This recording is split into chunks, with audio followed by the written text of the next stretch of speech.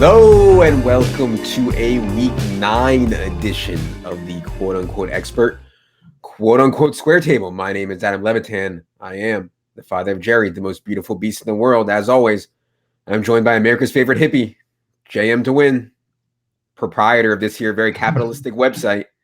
Bam, what's going on? Not much, man. Usually when we record this on the back end, I expand your screen so I can see you, but our producer Jay is in his basement with kind of like some wooden beams above him. Yeah. It's really pleasant. I've left him on the big screen. So. It actually looks like there might be a dead body somewhere in his basement there, to be honest, but we'll see. We'll see about that after the show. Now I feel less peaceful, but it was good.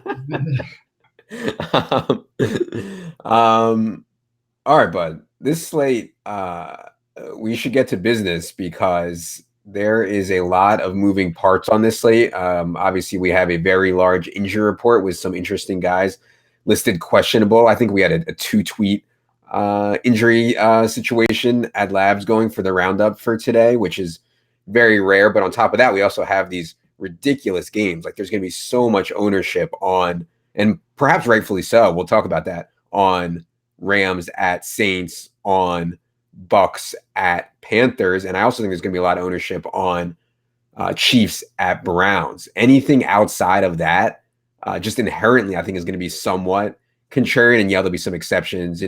Obviously, Courtland Sutton is going to be one of the most owned players on the slate, but for the most part, all the ownership is going to be in those games. So why don't you give an overview of what you think about, generally speaking, those three games before we get to the players and what you think about the slate? Interesting things on those games. Great thing when we can dig into game by game and really, as we do on the site, in the game by game breakdown, and then kind of pull out the players in this show. Obviously, in any high scoring game, there's going to be good plays and plays that are less likely to perform. One thing that's interesting in that Saints and Rams game is the pricing on a lot of these players. So you're looking at guys who are going to put up points, but you still are looking for the highest scoring guys optimally. So there's going to be some guys in that game who have some lower projections than people think, some guys who have higher projections than people think. One guy in particular that I'm most excited about in that game. And stuff to like in the other two, stuff to like across the slate. But for the most part, it's a thin week. I mean, there's not only do we have these huge games sitting on the slate, but we have a lot of bad games sitting on the slate as well. I do think that on a week like this, we see it year in and year out. We end up on some bad chalk because people just think like, oh, this is just an auto play week. Play this guy, and this guy. I think it was our good buddy Draft Cheat, one of the kindest people in daily fantasy sports, who tweeted something earlier this week about let me be the first to tout Courtland Sutton. Nobody loses in DFS. Mm-hmm. We're all going to win all the money, something like that. And that's really, that's what happens. Everybody's just like, oh, this guy's a lock, this guy's a lock, this guy's a lock. And then half those plays don't work out. It's worth keeping that in mind this week. But yeah, I'm interested to dig in. I will be referring to my notes more than normal this week, as opposed to pulling stats off the top of my head. Man, I hit a wall this week. I needed a bye week or something. It took me till Thursday at like 11 p.m. to finish my article instead of Thursday at 5 a.m. So I'm about a day behind, but got all my notes sorted out, my players sorted out. I'll refer to my notes for these stats instead of trying to pull them off the top of my head. But other than that, yeah, I'm ready to go. Looking forward to this one. All right, let's move to the quarterback position. It's interesting. We have this ridiculous game between the Saints and Rams, but actually for me, the highest projected owned quarterback is not in that game. It is Cam Newton, who's actually more expensive than Jared Goff or Drew Brees. Now, perhaps deservedly so. Cam Newton's rushing floor has been massive. Cam Newton's weapons are very healthy right now, and you can argue he's getting a big upgrade going from Torrey Smith to DJ Moore. Greg Olson's playing every snap. I mean, there is a lot to like about Cam Newton on top of the fact that he's home in the best possible matchup for quarterbacks. Should Cam Newton be the highest owned quarterback on the slate?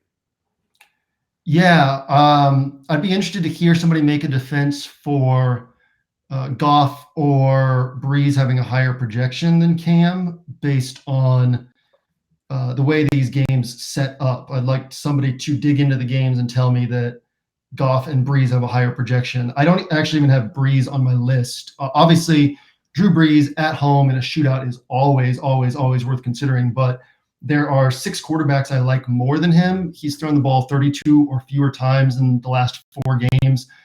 Since Ingram came back, they've run the ball at a 54% rate, which would be the highest rate in the NFL since, I don't know, before 2013 at least. So, yeah, I mean, this is a run-heavy offense. The way to attack the Rams is on the ground. Obviously, Brees can put up points, but Goff is on my list. I like Cam and Ryan Fitzpatrick more. Duck. But yeah, this game sets up really well. The Panthers have allowed I believe it's the deepest average depth of target in the NFL. We know how the Bucs like to attack downfield. The worst game from Bucs quarterbacks has been 271 yards against the Bears. Other than that, they've been 365 or more yards every week. But yeah, a lot of back and forth in this game. Most of the action will come through the air. Bucs are tougher to run on, top 8 run defense, and the Panthers are a lot like the Eagles in that teams just don't attack them on the ground. I believe that they have allowed the 4th lowest rushing rate in the NFL. They haven't been tremendous against the run. I think 4.2 yards per carry allowed, but same as the Eagles, when teams see this front, they just decide not to run the ball and they throw it against them. Obviously, the Bucs top 8 in pass play rate, so they like to throw the ball anyway. But yeah, that game sets up really nicely for passing attacks. Obviously, the Rams and Saints game sets up for probably a higher overall score, equal number of total yards, but it'll be spread out more between the running backs and receivers. So, yeah, Cam and Fitzpatrick are the guys. I think obviously Cam's the much safer play, and Fitzpatrick is worth taking a shot on in tournaments, including, I think, smaller field tournaments. You have a take on Fitzpatrick? Is he somebody you've thought about at all? I think Fitzpatrick is for sure in play. He's for sure on my list. I would prefer Cam, Goff, maybe Mahomes, although Mahomes, I think price and matchup obviously isn't nearly as good. And then I'm actually higher on Brees than you. I would for sure play Cam and Goff over Brees, but I think you can make a case that a big reason Brees' volume has been limited is not because Mark Ingram back, and maybe that's something to do with it, but just the way the games have gone. I mean, they absolutely smoked the Redskins. I mean, there was just no reason for Brees to throw the ball against that kind of tightly contested battle with the Ravens. Last week, they defense forced so many turnovers, and it wasn't necessary for Brees to throw a lot. I mean, if Drew Brees doesn't throw 35 plus times in this game against the Rams, I would actually be pretty surprised. But I do think that they want to be run heavy, but I'm not sure they'll be able to in this spot, I guess is what I'm trying to say. And then also one other ding on Brees, Taysom Hill keeps coming in like in the red zone and taking away like 1, 2, 3 red zone chances a game from Brees. And it doesn't sound like much, but there is some lowered equity, touchdown equity there on Brees. So yeah, I like those calls. One thing I would say about Fitzpatrick and I'm sorry about Cam and teams wanting to run, without Quan Alexander, with Joe McCoy questionable, with Vinny Curry questionable, you can make a case that maybe teams will be more likely to run on the Bucs, and Joe Mixon certainly ran all over the Bucs last week. But regardless, I mean, Cam's floor is just so high. I was wondering if you had a take on the coaching change in Tampa and how that might affect how they play defense. I think it means they're likely to play more man, but I don't know. You're the coaching tendency expert. No, I don't see any changes in Tampa. I mean, it's this Tampa 2 zone defense that they don't even have the personnel to change much. It doesn't impact much for me. I'm also totally fine with your putting other people above Fitzpatrick. We know we're taking on risk with Fitzpatrick. My argument against that would just be ownership's probably lower on Fitzpatrick as well when you factor that in, and price. I just like him in tournaments. Also, I mean, I think that we saw it last year with the Saints. They prefer to go run heavy. The Rams are much better attacked on the ground. People don't realize how strong this pass defense has been. I don't get why there's been this narrative that this is an awful pass defense. They got wrecked by Kirk Cousins, and other than that, they've been solid. And I think unless the Saints go down by 10 or 14 points, they're going to still try to stick to the run. I mean, balanced attack, but yeah. So I'm fine with all of these plays, but Cam is obviously the top one. Fitzpatrick next after that, And yeah, I don't think that there's any major difference. Obviously, we would prefer a man-heavy coverage scheme for the Bucs, right? Because for a quarterback running the ball, defensive backs turning their back on Cam, but I don't think it matters for us either way. Also, another note, real quickly: Christian McCaffrey has 1 target inside the 10 and 1 carry inside the 5. So when we're talking touchdown upside, obviously tremendous on Cam as well. We didn't get your Patrick Mahomes take. I know it's not the best possible matchup against the Browns in Cleveland. However, Patrick Mahomes has been, I don't want to say matchup proof, but kind of the way this offense has gone, it almost seems like they can't be stopped. I don't think people will be on Mahomes as heavy as they've been just because Goff, Breeze, Cam, Fitz, etc. are in such good spots. Do you have a Mahomes take? I was too busy crying over Jameis Winston's interceptions last week. What was Mahomes' ownership last week? It was pretty low, wasn't it? Yeah, I think it was like 8%, 9%. Okay. I mean, not super low, but yeah, it's interesting. I mean, talking about matchup proof, 7 straight games of 300 plus passing yards. By the way, on the Jameis thing, when he threw his second interception, I told Abby, I was like, if he throws another one, he's going to get benched and he won't get his 400 yards. And then by the time he threw that fourth one, it took 4 interceptions so, before they piled up 470 passing yards. Yeah, no, Mahomes, I agree with you. The matchup is not the best possible matchup, but matchup doesn't really concern me with Mahomes. He's one of the 6 guys on my list. Just from an upside perspective, obviously a tremendous play in tournaments. He's the likeliest guy to get you 30 plus points just by nature of this offense and what he can do. You'll be interested to hear the other 2 guys on my list. Let me guess. You won't guess, but go ahead. The other 2 guys on my list, at least for off the board, would be Kirk Cousins and Matt Ryan. Okay. Yeah, I actually like Cousins, and Matt Ryan is one of them. You want to talk about Matt Ryan, and then I'll get to my guy?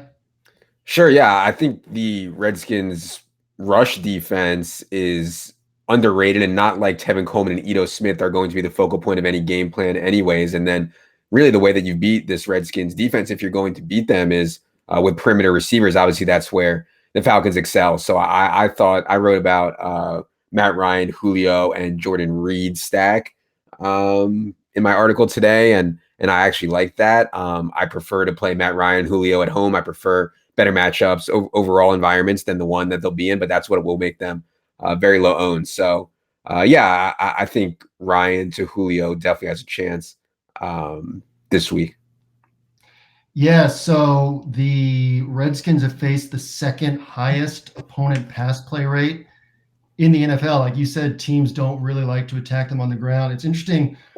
Washington has been such a ball control team, right? They've totally limited opponent plays, but they're still facing 37.1 pass attempts per game because when teams do have the ball, they're throwing. And Matt Ryan, 35 to 41 pass attempts, I think like 6 straight weeks. So basically he lands in his normal range. Washington's pass defense is good because they allow a low ADOT, but a league average catch rate, I believe it's league average in yak per reception allowed. So, you throw some short passes to Julio instead of some deep passes, and you're still racking up yards. The other guy for me is Joe Flacco. Really interesting game against the Steelers. The Steelers defense. Actually, let me pull up these numbers because it surprised me that I liked him as well. And obviously, there's reasons to not like him, but Pittsburgh has faced tremendous run defense. They've allowed 3.5 yards a carry to running backs.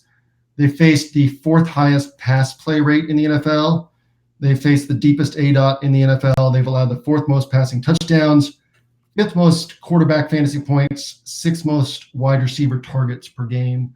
Obviously, the concerns are Flacco hasn't played well lately, and Lamar Jackson keeps coming in. He's vultured 2 touchdowns the last 2 weeks. But for tournaments, a cheap tournament guy that nobody's going to be on, I like Flacco as a guy with quite a bit of upside this week. Yeah, I never play Flacco. Other concerns for me this week would be on Flacco. Both starting tackles are out, Ronnie Stanley and James Hurst. And also, I think the Steelers defense is like coming around. People keep ripping on Mike Hilton. I think Mike Hilton can play, and then you pair him with Joe Hayden. Obviously Mike Hilton in the slot, Joe Hayden outside. I think they have some players. And I kind of think this game will be low scoring defensive more than shootout. But we'll see. I mean, if you play Flacco, you will get him at 1% or less for sure. Yeah, this game has a shocking over-under, Yeah, I don't get and it. I fully expect it to finish below. But yeah, I'm not saying Flacco on a main team and cash games, anything like that, but Yeah. I think he's a super appealing large field tournament play who could go for 300 yards and 3 touchdowns. Anybody else off the board at the quarterback position? No, Flacco's as off the board as I'm going. Okay, good. All right, let's move to the running back position. We have some interesting debates, I think. Let's start at the top. I couldn't believe that DraftKings, after Todd Gurley goes for like a 30 ball again, decided to lower his salary by $300. He's down to 9,500 now. Obviously, the way that you beat these Saints, I mean, they've been awesome, or not awesome. They've been very strong against the run, and they have struggled badly against the pass. I'm not sure that matters against Todd Gurley, who sees so much red zone usage, who sees so much pass game usage. I think Gurley remains a near lock. Do you have any reasons to get off Todd Gurley? No, I mean, nothing outside of roster construction. Same as last week. Last week I said James Conner was my lock button play. He was the guy that I put on, I built 46 lineups that I actually put in play last week. Obviously, one main lineup and then a bunch in large field stuff. And I had him on all 46 lineups. I had Gurley on only like 1 or 2 just because pricing didn't work as well to get up to Gurley. But outside of pricing and roster construction and how everything fits together, no reason to get off of him. I mean, the numbers obviously aren't great. New Orleans allowed the lowest yards per carry, 3.2 yards per carry. Bottom half of the league in catches and yards allowed to running back. They've allowed the 8th fewest running back touchdowns. And then the note I left to myself is it really doesn't matter because, like you said, Gurley's red zone role, like we've not seen anything like this before. You take away Kamara and what he was doing with Ingram out, like Gurley has more than twice as many red zone touches as anyone in the NFL. He's faced 3 tough run matchups already, and he's scored 7 total touchdowns in those 3 matchups. So I mean, Gurley's the highest raw projection on the slate. I think it's like a true week winning score. Look, he's priced 9,500. He's underpriced, you could say, but still optimally, unless there's cheap guys who are getting you 20 points, you optimally need Gurley to go for 30, right? Like if he gets 22 to 24 points, he's hurting your roster without a ton of like high upside cheap guys this week. But I think he gets you 30 points. I don't think he gets you 40, but last week wasn't a great setup either. And same thing, he's put up 36 points, should have gotten more. So I'm always fine with Gurley. And it's interesting because I don't love a ton else at typically, there's like 6 guys I really like at running back. This week it's thin for me at running back. Yeah, well, one thing I would say about Gurley, and I did play him last week, even though I knew there was a ton of depth at the running back position, is just there's something to be said for like 20 lock points. Like, no matter if you pay 8K, you pay 7,500 for wide receivers and running backs, like nobody else can say 20 lock points. And I think even if he doesn't go for 30 or 35, there's just something to be said for that, particularly in cash construction. But anyways, we don't need to argue about Todd Gurley. He's obviously an amazing play. I want to move to this Saints backfield because I have a feeling that you're going to have a different take than the rest of the industry. And people are just looking at the game log and being like, well, Alvin Kamara is getting 20 touches a game, even with Mark Ingram back. It's been so run heavy. And as I allude to, I think it'll be more throw heavy here. Now, that said, I think this game sets up really well for Alvin Kamara, a potential shootout, play really fast, and get into a lot of passing situations, which would be Kamara over Ingram. So I still think that Kamara is pretty grossly underpriced at 7,300. However, I have a feeling you disagree. I wouldn't say that I disagree, but I mean, how many times did you play Kamara last year? Yeah, like 0. I mean, like when your guy's priced, it's just not my style of play to pay.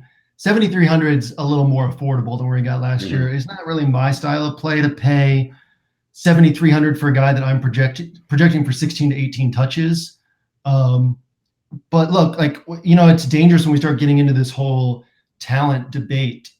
As you and I talk about, you bring that up probably every other week, that when we try to get into this whole scouting thing of like, this guy's good, this guy's bad. It's like I said with the Jameis thing last week after the fact, he hadn't looked great the previous 2 weeks.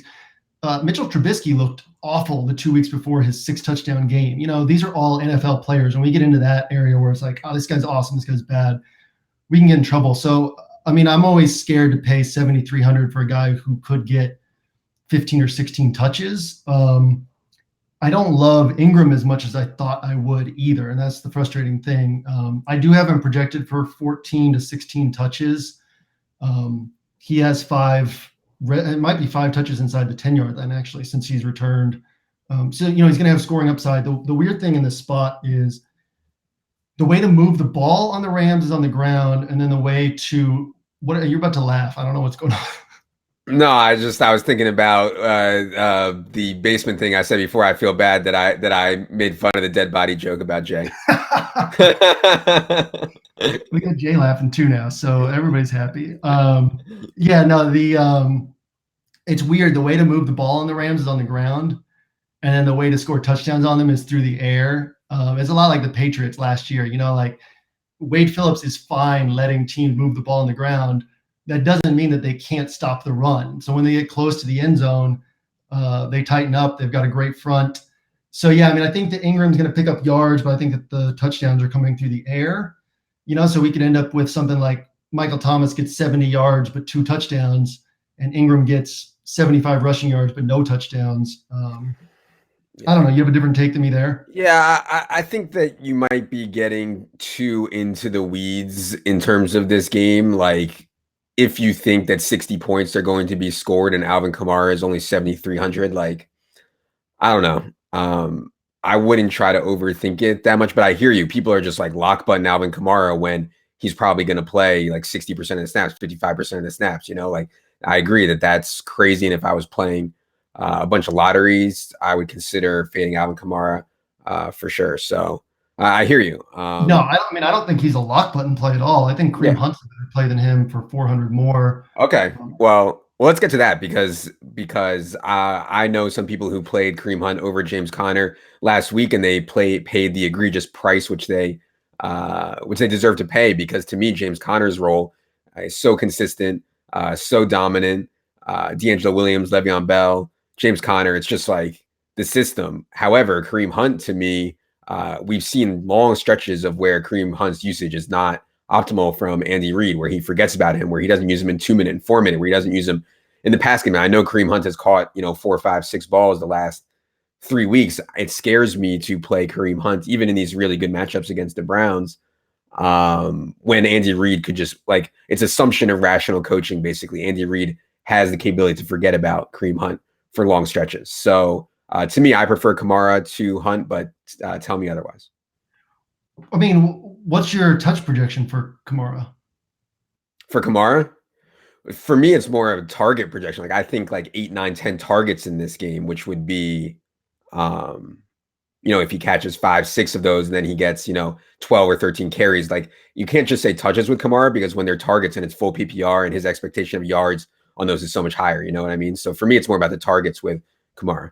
Yeah, I guess the difference is you're seeing a much pass heavier game script for the Saints than I am. I think if Breeze throws the ball 38 to 40 times, then Kamara is the better play. If Breeze throws the ball 30 to 32 times, I think Hunt's the better play, because we get about 4 or 5 catches for Kamara, and I think we get 3 or 4 catches for Hunt. I think that Hunt has a higher scoring projection against this Cleveland defense that just gives away touchdowns to running backs. I obviously played Conner last week. On my main team, I played Hunt over Marlon Mack, and I felt like it was just safer to take the guaranteed points, pay a little extra, which came back to bite me. Thankfully, I had a lot of Mack and large field stuff. But like you said, 20 points is still great. Kareem Hunt put up 19 point something last week. I think we see 18 carries and 3 or 4 catches for Hunt. I think we see 15 carries and 4 or 5 catches for Kamara. So I guess I'm fine either way. I just think that the touchdown upside is a little bit higher on Hunt. I wouldn't mind playing either guy, but it would be like 60-40 toward Hunt for me against a Cleveland defense that just gives away so many touchdowns to running backs. Obviously, we saw it last year with Hunt disappearing sometimes. We saw it the first couple weeks of the season. First 3 weeks, we had 3 total targets through the first 3 games. But I don't know, like like this trend of him actually being used in the pass game seems reliable enough. We're 8 games into the season right now, so I'm pretty comfortable banking on Hunt's usage through the air. It's Friday night. I mean, this could all change by tomorrow. Like I said, I'm a little behind on this week, but Hunt stood out to me, after doing all the research and reading through everything today. Yeah. On paper, Hunt makes sense for sure. There's no doubt about that. I just get uneasy about the usage at times on Kareem Hunt, and that certainly paid dividends last week because if you had Connor and Gurley or Mixon and Connor, something like that, over Kareem Hunt, that was a total smash. Let's stay in the 7K. Connor and Mac over Kareem Or Hunt. Connor and Mac would have worked as well, or Connor and Adrian Peterson. But anyway, yeah. Let's stay in the 7K range. I want to talk about Christian McCaffrey because I actually think he's in a little bit better spot than maybe you do. Quan Alexander, I think, is an underrated loss for the Bucs. I don't know if Gerald McCoy is going to play or not. He's questionable right now. But overall game environment for Christian McCaffrey in a spot where we know he's on pace to catch 100 balls this year. He's had such tough matchups lately. And I know the Bucs isn't necessarily an ideal matchup, but I think Panthers have played like Ravens, Redskins, and I forget the third one in the last 3 weeks, but it's been really, really tough. And I think that this is more of a breakout spot for Christian McCaffrey. I certainly would prefer Alvin Kamara to me. But tell me where you're at with CMC. Yeah, I have him below Hunt and Kamara just because of the touchdowns. Like I said, 1 target inside the 10, 1 carry inside the 5. You look at somebody like Gurley, who I think he's up to 64 red zone touches, not just take away targets, like actual catches combined with carries. It's like it's 64 or 67 red zone touches. That's just so valuable. When you get up to 7,800 and Gurley's 9,500, I mean, I can't imagine, like, it's going to be tough to play both guys together, right? Yeah. I can't imagine playing McCaffrey and being like, nah, I'm going to leave Gurley aside and hope that McCaffrey scores a long touchdown or hope that he gets involved close to the end zone. You bring up the pass game role. It's so sick. The floor is super high on McCaffrey, but I do have concerns about his ability to actually put up, a 30-plus point game. And things have gotten weird since the David Johnson, Le'Veon Bell year in 2016. And these teams have drafted these multi-use running backs, Kamara and Barkley, and you can throw Hunt in there, and I'm missing some others. And they've started using running backs differently, that now all of a sudden we're getting 25 to 30 points from a few running backs each week. He's priced around a lot of guys who are seeing a lot more red zone work. So I totally don't expect McCaffrey to have a bad game. But, I mean, when I look at how little he's used close to the end zone, I don't think I can justify him over Kamara or Hunt or Gurley this week. Let's keep moving down the salary range. If Royce Freeman sits, and I kind of do expect Royce Freeman to sit, Phillip Lindsay is at 5,500. I was probably too low on Phillip Lindsay last week. His pass game role is better than what I thought. Even though Devontae Booker played a ton and Devontae Booker played a lot on pass downs, they still look to throw the ball to Lindsay on early downs. Certainly not the best possible matchup against the Texans here. But what do you think about Lindsay in the 5K range? Yeah, I've got him on my list. Houston's top 3 in yards allowed per carry. Interestingly, they've allowed the most running back receiving touchdowns in the NFL, which could be Lindsay or Booker. Obviously, we'd rather bet on Lindsay's talent than on Booker's role.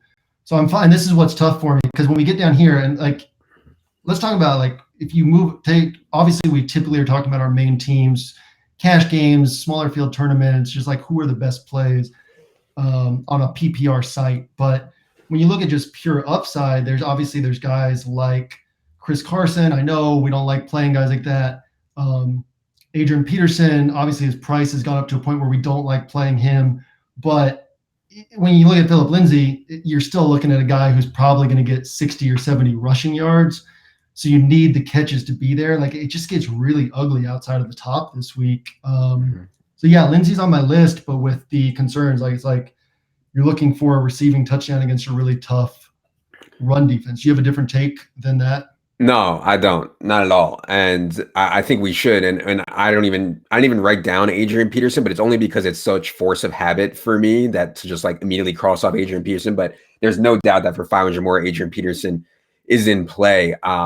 We know that Chris Thompson is not going to play. Capri Bibbs is also questionable. That doesn't mean they're all of a sudden going to like use Adrian Peterson on pass downs like crazy. But if you think the Redskins play well here, if you think the Redskins get a lead at home against the Falcons, it's almost certain that Adrian Peterson will be heavily involved. Their whole game plan is run, run, run, run, run. Alex Smith check down, run, run, run, run, run. So yeah, how would you compare Peterson to say Lindsay and maybe I don't know, Latavius Murray? You could maybe put in the mix there as kind of a guy without a huge pass game role. Also, Dalvin Cook, if he's active, which I don't expect him to be, if he's active, will be on a snap count of 15 to 20 plays. Yeah, and Dalvin Cook, I mean, he's basically taking over Rock Thomas and Mike Boone's role. So it doesn't really change anything for Latavius. Man, I'll tell you what. So I've told you before, I used to watch this show when it was you and Pete and Al. And when I found out that I was going to be on a show with you, I was like, oh, this is awesome. I'm going to be working with Adam Levitan. And that's carried over the years to where I really don't want to say dumb stuff. And Adrian Peterson always feels like a dumb play. So there's been twice this year, I never want to play. There's been twice this year where the research was like, Peterson's a great play this week. And I very tepidly brought him up. And it was like, nah, bro, let's not talk about Adrian Peterson. Yeah. This is another week, man. I got to be a little more bold this week because, I mean, everything sets up so well. Atlanta's 26th in yards allowed per carry, 32nd in opponent drive success rate, 28th in opponent red zone touchdown rate. And, you talked about it. This is all Washington wants to do is ground and pound. They want to keep this Atlanta offense off the field. If Peterson doesn't get that 100-yard bonus and or doesn't score a touchdown, you're screwed. You're paying $6,000 for a guy who gets 10 points or 9 points, right? If he just gets 90 yards. But everything sets up really well. So on a weak running back, like last week I liked Peterson, but I played Phillip Lindsay and Marlon Mack over him. I'm okay with that. This week, there's just not as much to love. So I do think Peterson is like the rare week where I would put him in play. I'm with you. I'm considering Latavius Murray as well. But Peterson's 900 more and a little more secure. The weird thing about this Lions-Vikings game, Vikings are, I believe, top 3 in pass play rate, but the Lions face the lowest or second lowest pass play rate in the league because every team just decides to attack them on the ground. Snacks Harrison obviously makes their run defense a little bit better. Detroit's still bad at defending the pass, so it's not like the Vikings can't pass the ball. Latavius is only top 70 rushing yards once. So there's a lot of question marks on Latavius that I think it won't surprise me if he has a good game, but I can't just lock him in as easily as Peterson. And I say that knowing it's really tough to lock in Adrian Peterson. Both guys are on my list, but I like Peterson more for 900 more. Yeah, here's what I would say about Adrian Peterson and, Chris Carson and Latavius Murray and all these guys that are like that. It's easy to say there's no way the Redskins get blown out, or it's easy to say there's no way that, Marshawn Lynch or whatever. I know a lot of people played Marshawn Lynch when he went to London. There's no way that the Raiders get blown out by the Seahawks, right? Like that's not going to happen. And then next thing you know, it's the NFL. And Redskins find themselves down 24-0, and Adrian Peterson just doesn't play for 3 straight quarters, literally on the sidelines. And that's the risk that you run. Now, is it likely the Redskins come out and get pounded by the Falcons? I mean, absolutely not. Is it in the range of outcomes? I think so. So that's to me, the danger of playing these guys is not necessarily that they only get 90 yards or whatever. If they play, they're going to play really well. It's that if they get behind, you're just stone dead to literally 2 DraftKings points. Yeah. I mean, I played Chris Carson once this year. He's topped 100 yards in 3 of his last 4 games. The one time that he didn't was the one week I played him, and that wasn't even because they were getting blown out. That was the game against Oakland where they blew out Oakland by so much that they were just let's throw Rashad Penny in there. There's just so many things that can go wrong. I think I got 4.4 points from Carson. He scored 16 or 17 plus in the other 3 games in this stretch. So yeah, I'm with you there. And when we talk about, Adrian Peterson's only 500 more than Phillip Lindsay, only 900 more than Latavius Murray. Well, now we're up to $6,000, and Alvin Kamara's 1,300 more. So, I'm fine not playing Adrian Peterson, but he needs to be mentioned for sure. Let's move to the 4K range because I think this will be more popular than maybe you think. Nick Chubb, just from roster construction, some stuff that I built, it fits a lot with Nick Chubb or Chris Carson. Nick Chubb is going to project well because Kansas City has been so bad against the run, and Nick Chubb is getting such a huge volume of their running back work. The question to me is on Nick Chubb. We can start there. Is will the new coaching regime, the Freddie Kitchens offense, expand the role of Duke Johnson? Or will he say, no, Nick Chubb is our guy. We're actually going to start throwing the ball to Nick Chubb. I really have no idea. Either way, there's going to be some risk. However, Nick Chubb, for a guy who projects, it's hard to project him for less than 16 to 18 carries. He's only 4,500. So how do you feel about Nick Chubb? And then I should note before we talk about Chris Carson in this range that he is questionable with like a hip/groin issue. Do expect him to play, but it's worth noting. Yeah, I think that on the Carson thing, we just leave it. People know what they're getting there. Team that wants to run the ball a bunch, decent running back who's probably going to get 100 yards, but maybe he doesn't, and you're screwed if things go wrong, right? Like, I think Chubb, so Kansas City has allowed the 7th most rushing yards, the 4th most running back touchdowns, the 3rd most running back catches, and the most receiving yards to running backs. But since we don't know if Chubb's going to be used in the pass game, and we know that the Cleveland will likely fall behind as the game moves along, we could have this weird split. There's so much we don't know in this spot. I'm going to be frustrated, obviously, if I'm not going to use Chubb on a main team. I'm going to be frustrated if Chubb pops off for a big game and he's highly owned in cash games or smaller field tournaments. But realistically, there's just so many question marks that you could end up with 70 rushing yards and 60 rushing yards and 0 catches, and you're paying over $4K for 6 points. If you're coaching this team, if you're coaching the Browns, here's the crazy thing, okay? The Browns defense has been extremely good on a per drive basis, and yet they've played at the 2nd fastest pace in the NFL. Coaches just don't know what they're doing sometimes. So now we've changed coaches. Greg Williams, defensive-minded coach, right? The smart thing to do would be to say, we're playing the Chiefs. We have a good defense, like top 6, top 7 defense on a per drive basis. Chiefs are going to put up points, right? Let's slow down the game. Let's run the ball. Let's shorten this as much as we can. But who knows if they're going to do that? We don't know anything about Freddie Kitchens except that he was falling asleep next to Byron Leftwich and Bruce Arians for years, right? So, there's just a lot of question marks. I think that Chubb's a fine play. It won't surprise me if he has a good game. Same thing with Duke Johnson, honestly, is just a ton of question marks in this spot. All right. Anything else at the running back position? I should note that Melvin Gordon is questionable. Austin Ekeler is only 4,300. We know how talented Austin Ekeler is. Certainly wouldn't be a great matchup, but it's worth noting to keep an eye on Melvin Gordon's status. Theo Riddick is going to play, which takes Kerryon Johnson out of play for me at least, but maybe that's a mistake just because Kerryon Johnson is such a talented player. Anything off the board or else to watch at the running back position? No, I'm with you on that. And really tough matchup for Kerryon Johnson. The Vikings have allowed one running back to top, I think it was like 63 yards or something like that. And that was Todd Gurley, who went for 83 yards. So I will be leaving him alone. I'll definitely be considering Ekeler if Gordon's out, just from a usage and talent standpoint. Last guy I want to mention, I asked you about him before the show. Neither of us really have a take, but that's Elijah McGuire. I think he's worth considering as a guy. Like, obviously, maybe he only gets 8 carries. Maybe they ease him in, but the way to beat Miami is on the ground. And, no Powell. Isaiah Crowell is dealing with this foot thing that he's just looked awful lately. So, look, McGuire's practiced 2 straight weeks. This is the first time. I think this was the first time he was eligible to come off of IR, right? So they activated him as soon as they could. This doesn't mean that he couldn't play all this time. So for all we know, Elijah McGuire might get 14 to 16 touches, and he's 3K. That opens up a ton on rosters if you can get 10 or 12 points from him. All right. There you go. That's the JM hemp play of the week, the 0.1% hemp play of the week, Elijah McGuire. All right.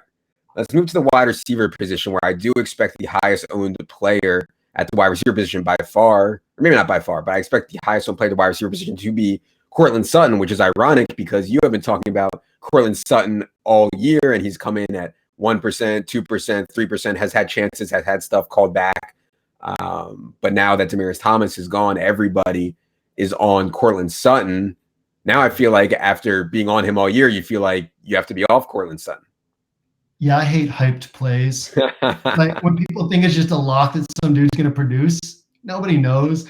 I would think you play Sutton in cash games just because it's not worth the risk of not playing him, right? I mean, would you agree with me on that? Yes. I don't like to say like I'm definitely playing X guy because I think that's bad for the industry, but yeah, Right, Courtland right, right. Sutton to me would be you'd be yeah. You're playing with fire unnecessarily to not play him in cash games. In tournaments, look, Demaryius Thomas is leaving behind 5.6 or 5.8 targets per game. Here's a question. Why is nobody talking about Emmanuel Sanders, who has 3 100-yard games this year, who has 5 touchdowns on the season, who in games when or if you just give him 10 targets per game, if you said, look, give this guy 10 targets, he's averaged over 100 yards per game. Anytime he gets 10 targets, he's going for 100 yards. Nobody's talking about Emmanuel Sanders. Look, I love Courtland Sutton. Everybody knows that as a player. Demaryius he hasn't topped 7 targets since week 2. So realistically, we're looking at 7 targets for Sutton. If he takes over Demaryius's role, which a lot of shorter stuff, that limits his upside. If he keeps seeing looks downfield, he and Case Keenum don't have a great connection. So we're looking at my projection for him is about 4 for 75, which is fine. If he scores a touchdown, then he pops off for a big game. If he doesn't, then you're probably passing everybody who rostered him in tournaments. So for me, I think it's a strong week to consider fading Sutton in tournaments. Love the dude's talent. I just don't love the connection he has with Case Keenum. And I don't love that ownership's going to be like 40% in tournaments. So there's no guarantee that he puts up a big game. Obviously, if you're not taking like a game theory approach, he's a fine play. Won't be surprising if he has a good game, but I think we can leave Sutton at that unless you have anything to add. No, that's fine. I do want to stay in this kind of low range though, because I think people are very interested. There's so many rookies that are in play this week. I mean, more than I can maybe ever remember. We already talked about Chubb. We just mentioned Sutton, and then we have TreyQuan Smith and DJ Moore, who I like both of them actually. DJ Moore obviously has the nut matchup. Torrey Smith is out. It's a spread the wealth offense in Carolina, which would be the only reason that would concern me. I only projected DJ Moore for 6 targets. That said, he was my favorite prospect, wide receiver prospect in this class. Do you like DJ Moore, and do you have a TreyQuan Smith take? I'm a big DJ Moore truther, maybe partly because I have like 40% DJ Moore in best ball. But I guess I have 40% because I like him a lot. Yeah, no, I like DJ Moore. I think you're spot on with that target projection. That's right where I have him too, is 6 to 7 targets. And realistically, he was still seeing 4 to 5 looks with Torrey Smith in there, playing 50% of the snaps. He played 70% of the snaps last week. So he's not an every down player. Funches had a tremendously difficult matchup on the outside last week playing against the Ravens. So it's not as if DJ Moore is going to pop off for 9 or 10 targets. But I think he's a very safe play. Tampa allows the highest catch rate in the NFL. TreyQuan Smith, I said earlier, it's bizarre to me that people think the Rams' pass defense is so attackable. And I think the reason that people think this is because they've given up a ton of plays of 20-plus yards and 40-plus yards. They're a top 8 pass defense in most categories and then bottom 8 in those. So TreyQuan Smith is the guy to target there. Obviously, a lower floor on these downfield looks. And did you mention somebody else, or was that it?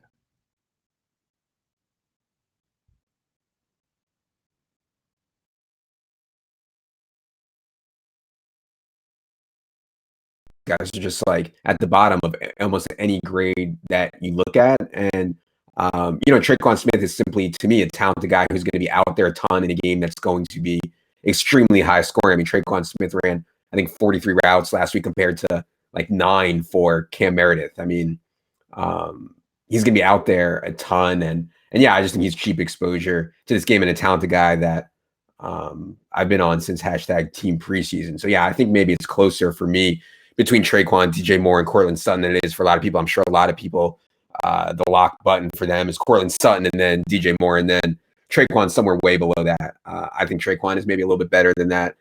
That's my TreyQuan bias take. I want to stay in the 4K range with Sammy Watkins. I know we mentioned him earlier, but I mean, there's no role change for Sammy Watkins, right? Like Sammy Watkins has had the exact same role all year. The only difference is last week he just popped off. And that's going to happen when the dude is number 4 overall pick, formerly playing with like the most efficient quarterback in the NFL in this really good pass scheme. Like, it's going to happen. Sammy Watkins is now going to go from like 5% owned to like 20% owned, even though he has the exact same role. So to me, like, I think Sammy is okay for cash, just the same way I felt last week. For tournaments at that ownership, I would consider fade on Sammy Watkins. What do you think about that? Yeah, I think exactly what you said. Same role. We talked before the show. And I said in my article this week, I wish I'd paid a little closer attention to Watkins last week because I was on Kirk and Godwin and Jordy Nelson in that range, Larry Fitzgerald, who I didn't end up using except on some tournament teams. But and just realistically, yeah, Watkins is going to get 7 to 8 targets most games. It's possession receiver targets. His ADOT's like 8.6 or something like that. But obviously just tremendous upside with like the upside on him is higher than the upside on Chris Godwin because of what Watkins can do after the catch, because of what he can do in this offense. So yeah, I think the Watkins is same projection as last week. He's going to have some huge games. The big thing with Watkins when you talk about for cash games is his bad games aren't that bad. Mm-hmm. And that was my thinking on Godwin last week was his bad games are still good. And he has this huge red zone role that he can get you 17, 18 points. I skipped over the fact that Watkins, same thing, the floor is pretty high, but his ceiling's much higher because of this offense. It'll be surprising if he pops off in back-to-back weeks, but he's going to have a few more of these this year. So, yeah. And you could, by any means. No, I mean, but we could also see Denzel Ward match up with Tyreek Hill a lot. I don't know if that's the way that the Browns are going to play it, but if they do, that would certainly be a benefit to Sammy Watkins again. Let's talk about the Lions guys in the wake of the Golden Tate trade. I think a lot of people are interested in playing Kenny Golladay. A lot of people are interested in playing Marvin Jones. I mean, to me, this Lions team is playing so slow and trying to run the ball so badly. Trading Golden Tate was not that surprising because like you don't need 3 really good wideouts when your goal is just to run the ball a ton. So I think maybe Golladay and Marvin are being overhyped, but man, I don't want to like miss out on big Kenny Golladay games just because dude is such a freak talent and he's been on team preseason and he's just such a talented guy. Future, top 10 wide receiver for sure. So do you have Lions wide receivers takes? Are the Lions the Rams? I would say no. The last time, only as the Vikings gave up 100 receiving yards to Brandon Cooks, Robert Woods, and Cooper Kupp in the same game, and it wrecked their reputation. The next highest receiving game they've given up was 81 yards to Michael Thomas. Mm-hmm. I mean, the secondary has been good all year outside of that one game. Golden Tate's leaving behind 7 to 8 targets a game that are his ADOT's like 5.6 or 5.8. Like I think a bigger benefit in this spot, a bigger benefactor in this spot is Theo Riddick because these shorter targets have to go somewhere. With that said, the targets, I don't have a ton of interest in Marvin Jones. I did play him in that Thanksgiving game last year against the Vikings, but that was more game theory, 3-game slate, who could pop off for a big game, and he put up like 40 points. That's not the likeliest scenario here against Xavier Rhodes. Golladay runs a lot more routes over the middle, which gives him a chance to soak up some of these looks. If I went to somebody, it'd be Golladay, but I don't love either guy. The one weird thing to me is that the Vikings have been really strong against the run and really strong against wide receivers and just awful against tight ends. And the Lions don't have a tight end that they can really target or that's really part of their passing attack. So those could go somewhere, but I'll be staying away from this on main teams. And if anybody's, drawing a lot of ownership, I think it's a fade in large field stuff because the likeliest scenario is not a big game from one of these guys. Let's move to the main event game and the receivers in there. To me, on the Rams side, the clear best matchup goes to Cooper Kupp against PJ Williams. I mean, it's not even a question. Cooper Kupp, I do expect to be fully healthy. They said he could have played last week if necessary. So that makes me think he did practice all week. I mean, I think he's going to be perfectly fine. He's only 6K. I would like to get to Cooper Kupp. I think he's way easier to get to on FanDuel than he is on DraftKings. But you can certainly get to him on DraftKings at 6K depending on how you build your teams. Do you agree that Cooper Kupp is the best play among the Rams receivers? We have Brandon Cooks at 6,700. We have Robert Woods at 7K. Yeah, for me, it's not even a thing of if you can get to him.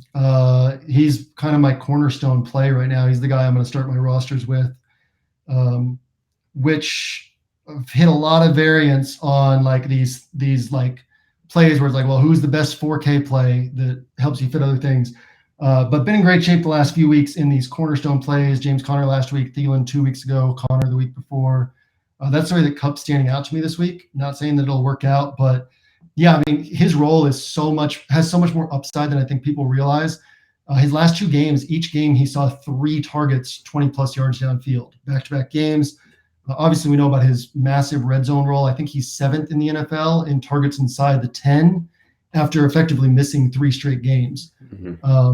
So it's kind of Woods, Cooks, and Cup for yardage. I think they all put up 70 plus yards, but highest touchdown upside goes to Cup. Best matchup goes to Cup. Highest floor goes to Cup with the most locked in targets. So yeah, I like Cup a ton, and obviously like Woods and Cooks as well. But I think the Cup is the play in this spot. Michael Thomas's volume has taken a major hit, and we've already alluded to our thoughts on why and what that might mean for this game. But Michael Thomas is very cheap, 7,600 for a guy who is so freakishly talented as he is, so efficient as he is in this game. That's going to almost certainly be a shootout. Do you have interest in Michael Thomas at 7,600? Not really, only because, and it won't surprise me if he puts up 20 points. But if I'm paying 7,600, I'm optimally hoping to target somebody who could pop off for 30. His ADOT is 7.6, which, to put that in perspective, is basically the same as Cole Beasley, basically the same as Julian Edelman. This has been all season. They've been using him as a possession receiver. His expected yak per reception is super low. That's just not his game. So his big games come from volume and touchdowns. I do think that he gets a touchdown this week because that's the way the Rams have given up. I believe it's 11 wide receiver touchdowns, near the top of the league, and very few running back touchdowns. So again, the Rams, like the Patriots last year, like some other teams, it's like move the ball on the ground. We don't care. And then we'll tighten up when we get close. And then that's forcing teams to the air, close to the end zone. So I think Thomas has a big touchdown projection. If he gets 2 touchdowns, you're sitting really pretty. But it's going to be hard for him to top 100 yards. So something like 7 catches for 80 yards and a touchdown would be like a general range to expect. If he doesn't get the touchdown, then you're overpaying for a disappointing game.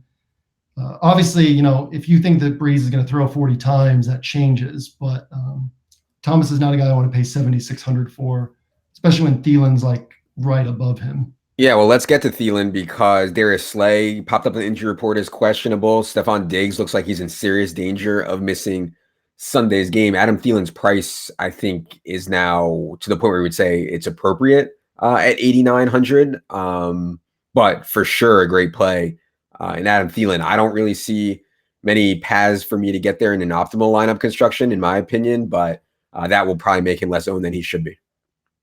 Yeah, and I haven't gotten to mess around with roster construction a ton, but like you said at the top, just guaranteed points are really valuable. And so I have no idea if I can actually get to him, but he's the best wide receiver play on the slate on paper.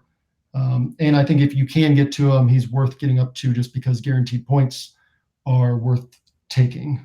How would you feel if Diggs were to miss? Would that make you like Thielen more or less? I don't really know. I mean, what do you think? Do you have a take on that? Well, yeah, I think it would make me like him more. I mean, Kirk Cousins is just like so unconfident throwing to other people. Like, I'm not sure he'll be confident throwing to Treadwell or Lord Aldrich or whatever. It just makes me feel like he'll just lock onto Thielen even more. But we'll see. Obviously, the Lions defense will know that. So I don't know. Yeah, there's much room for Thielen's targets to grow. Yeah. From like what we're used to perspective, but we're also not used to a guy putting up 8 straight 100-yard games. I kind of feel like the Vikings will go a little bit more run heavy if Diggs is out. So yeah, I mean, I certainly don't lower Thielen, but I don't know how much more I could bump him up when he's getting 25 to 30 points per game. I just think maybe it makes it a little safer that he gets in that range. All right. In terms of a little bit further off the board, I already mentioned what I thought about Julio Jones in the quarterback section. I think there's some other guys in here, Mike Evans, DeAndre Hopkins. You could maybe make a case for at the top end of the range, and there's some other lower guys maybe you can make a case for off the board. Do you have any thoughts on Mike Evans, DeAndre Hopkins, or anybody else off the board? I'm not super interested in Hopkins. Really quietly, this Texans team ranks 27th in pass play rate right now. They've gone super run heavy lately. Obviously, that's the way to beat the Broncos. And people have kind of not noticed because Hopkins has scored 4 touchdowns in his last 3 games, but his targets have dropped. Obviously, always fine betting on Hopkins and tourneys, but he's not a guy I'm prioritizing. And then, like I said, I like the Bucs passing attack. I like Mike Evans.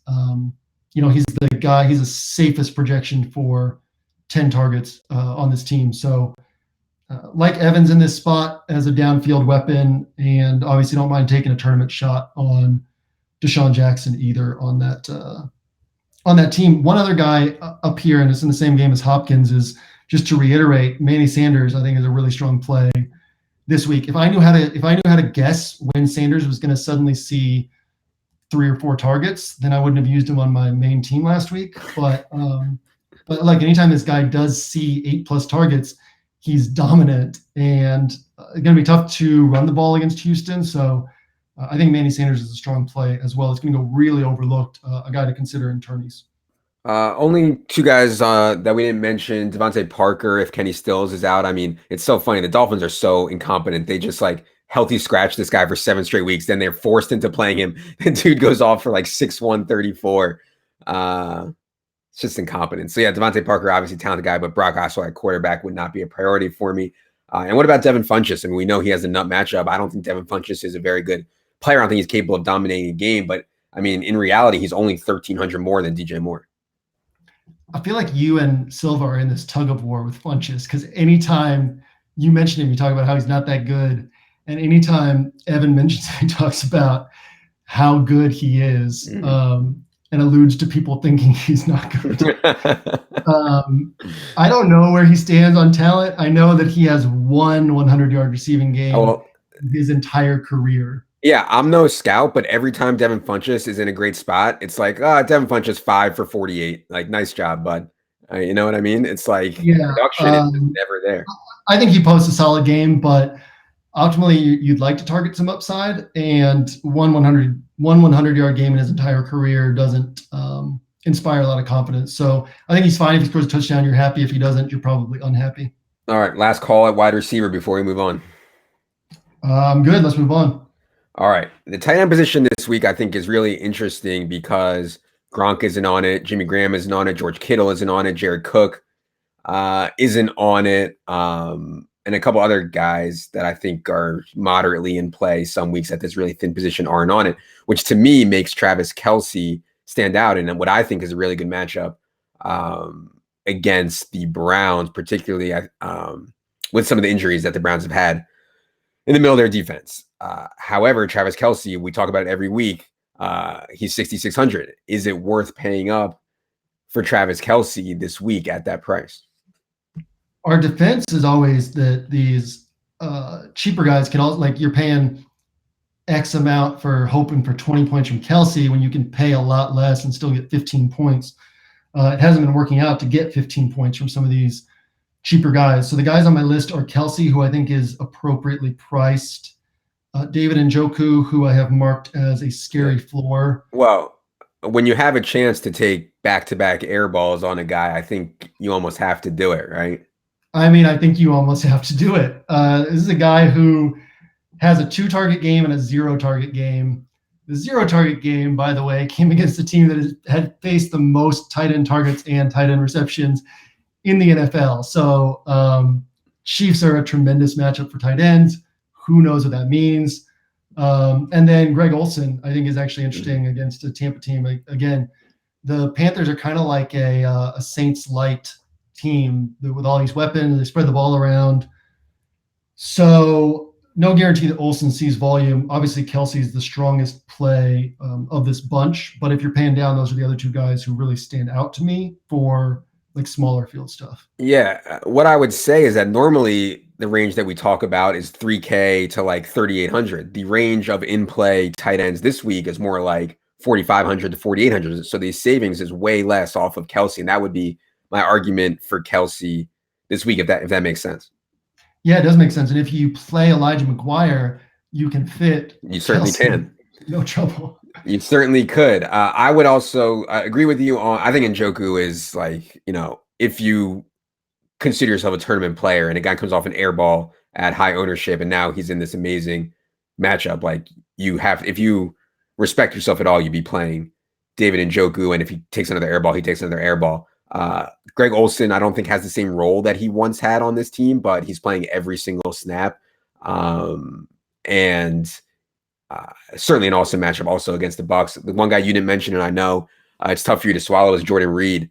I mean, his target share is still like 20%. It's just Alex Smith never throws. If you think, and that's why I said that stack about Ryan, Julio, and Jordan Reed. If this game gets loose and Ryan, Julio start going off and Alex Smith is forced to throw, like no Chris Thompson, Paul Richardson questionable, like he's throwing to Jordan Reed at like 20 to 25% clip. So I think Jordan Reed remains in play at 4,800. And then the one guy we didn't mention is OJ Howard, who has been a rotational player, but dude is, I mean, you talked about it last week, how talented OJ Howard is. Yeah, he only plays 50-60% of snaps, but OJ Howard keeps making plays at 4,300.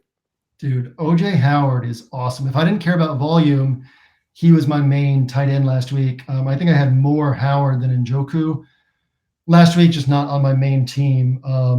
Obviously, having Howard and Mac on my main team would have been nice. But yeah, Howard, what I said in my article this week is that if he gets seven targets this week, he probably posts the top tight end score in the week, or one of the top tight end scores.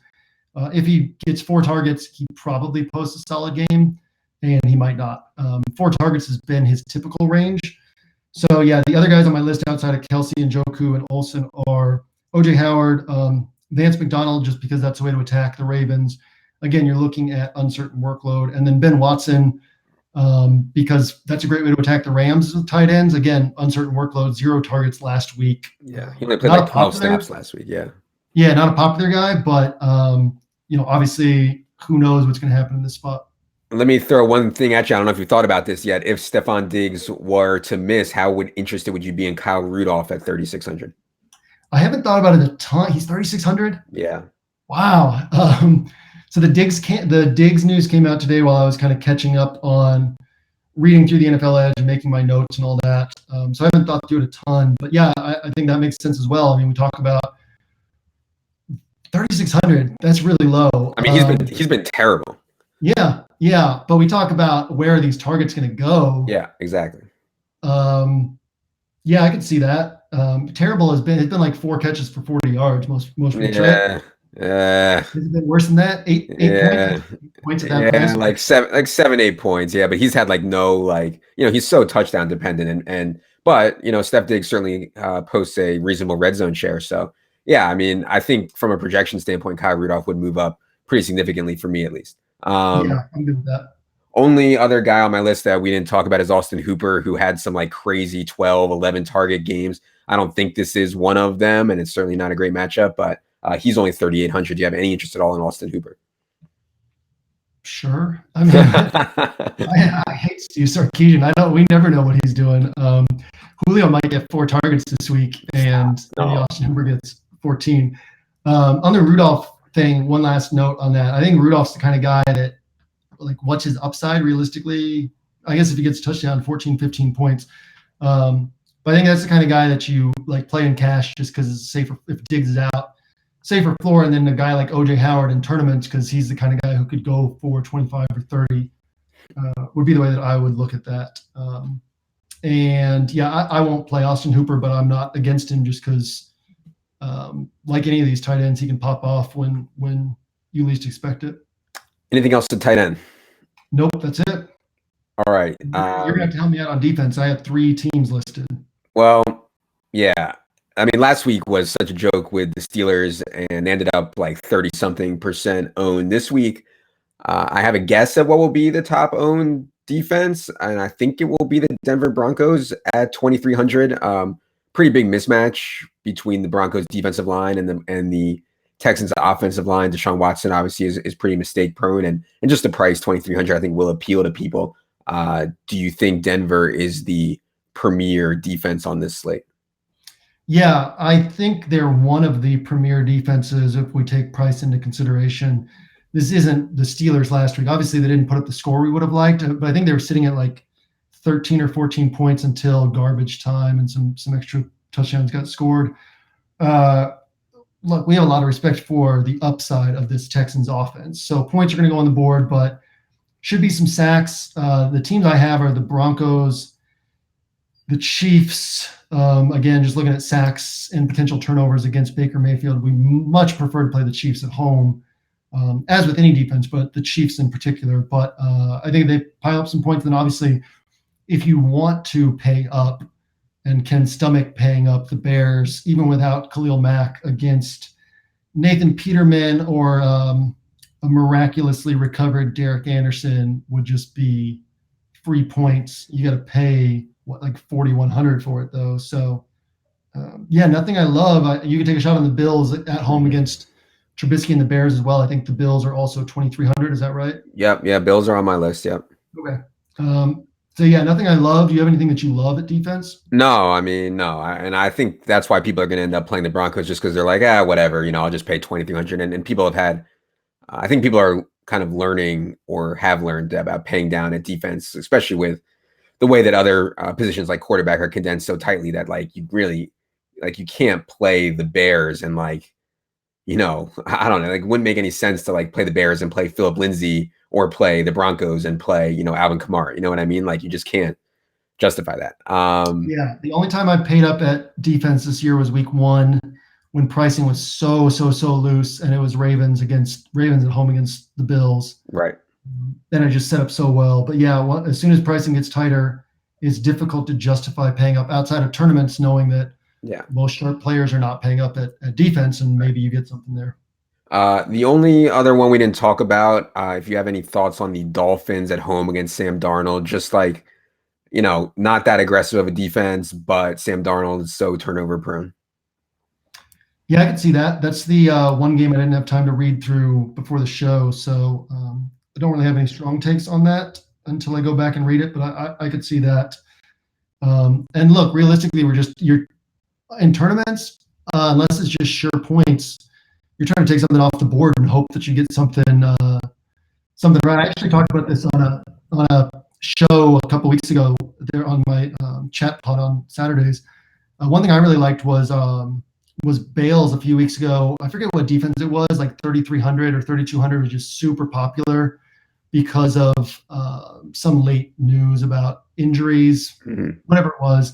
And Bales just took a defense that was the Rams for 100 less, just knowing that nobody's taking that defense that's right next to this super popular defense. There's different ways to go about this, but I don't think it worked out that week, but it's just thinking about, we can't predict defense. It's a high variance position. So take something where you can maybe get some points that other people aren't getting. Yeah, I think we can reasonably project pressures and stuff like that, but special teams touchdowns and, strip sack touchdowns. I mean, that's how you win one of these stupid lotteries. You know what I mean? Actually, speaking of special teams touchdowns, you brought up the Dolphins with Jakeem Grant returning kicks. And so, I mean, that's as good. I think that the Dolphins, I haven't looked at this in a couple of weeks, but 2 or 3 weeks ago, they had the best starting field position in the NFL, largely because of their special teams abilities. So that's another point in their favor, I guess. All right, let's move to the stacks. This is the end of the show where JM gives you the 2 stacks that guarantee you to win $1 million, and everybody who's watching this plays it, and then they all chop the millies. So we are going to give one contrarian stack and one chalky stack. Why don't you go ahead? All right. Contrarian Millie Maker winning stack is Joe Flacco to John Brown. You brought up the concerns about the Ravens offensive line. That's obviously a concern against this Pittsburgh pass rush, but the way to attack Pittsburgh is deep. As I said earlier, deepest ADOT in the league allowed. And that's how Flacco throws to John Brown. He's had 7 targets in almost every 7+ in almost every game this year. Obviously he's going to catch 3 or 4 of them, but if he hits, then he hits for 100 yards and a touchdown. at low ownership, and obviously there's reasons to like Flacco as well. All right, for my chalk stack, I will go ahead and take what JM was going to say, Jared Goff to Cooper Kupp. You know, I don't want to overthink the game environment here. So I think playing guys from this game, and yeah, JM made a lot of good points about how these teams can be attacked. I think everybody's in a good spot, but there's no way you could argue that anybody's in a better spot than Cooper Kupp against PJ Williams, who, like, I don't know how this dude is still in the NFL. So Eli Apple and Marshawn Lattimore on the outside, PJ Williams in the slot, such a big red zone role for Cooper Kupp, apparently healthy, makes a ton of sense. PJ Williams, NFC Defensive Player of the Week. I mean, it's embarrassing. That'll keep him in the league another couple of weeks. We'll take it. Yeah, I do think, real quickly on that game, I do like the Rams side a ton, and I'm a little iffier on where the points come from on the Saints, just to be clear on that. For a chalk stack, I will say Cam to DJ Moore. Obviously, will be two of the most popular players on the slate, but they're both in good spots individually, and you can play them together. All right. For my contrarian, man, I actually like a bunch of stuff that maybe will be contrarian. I've already mentioned the Ryan Julio one. I think Cousins to Thielen, just from a price perspective, will be contrarian. But maybe if you think that people aren't going to play Drew Brees, and you might be right, Drew Brees to TreyQuan. A lot of people are going to play Courtland Sutton. A lot of people are going to play DJ Moore. I doubt that they will play TreyQuan at the highest rate. But to me, TreyQuan, one of the board members of team preseason this year, why not keep it going in what should be the best game of the year? And as I mentioned, I'm higher on Drew Brees' projected volume in this game than I think he is. All right. Anything on the 1 week season? There are freeloaders on here. If you are one of these freeloaders watching this on YouTube or something like that, and you didn't pay like the $20 Applebee's lunch or whatever it costs now to subscribe, you're a joke. Anything on the 1 week season side, JM? No, thanks for watching the show. We can play good cop, bad cop here. Adam can make fun of you, and I'll say thanks for watching the show. Thanks for hanging out. I think we like double viewership between the free weeks and the paid weeks. So to all of you hanging out with us, thanks for hanging out. You're probably watching this on the site by this point where it's archived for the week. So poke around, look at things. Realistically, if you didn't sign up this year, you're probably not signing up at this point, but we got a lot of good stuff on the site. See if you want to change your mind. Yeah, I mean, honestly, we gloss over a lot of guys on this podcast because we only have an hour. But if you actually want to read like the in-depth research that JM spends his entire life doing, you can pay how much is it? $49 for 12 months. Yeah, I mean, yeah, what a joke. Okay. I'll put out a payment plan. We'll do $4. What's that? $4.25 a month, and we'll get you taken care of. All right. We better sign off before I say something I'm going to regret. For JM, for Jerry, I am Adam. Good luck in week 9.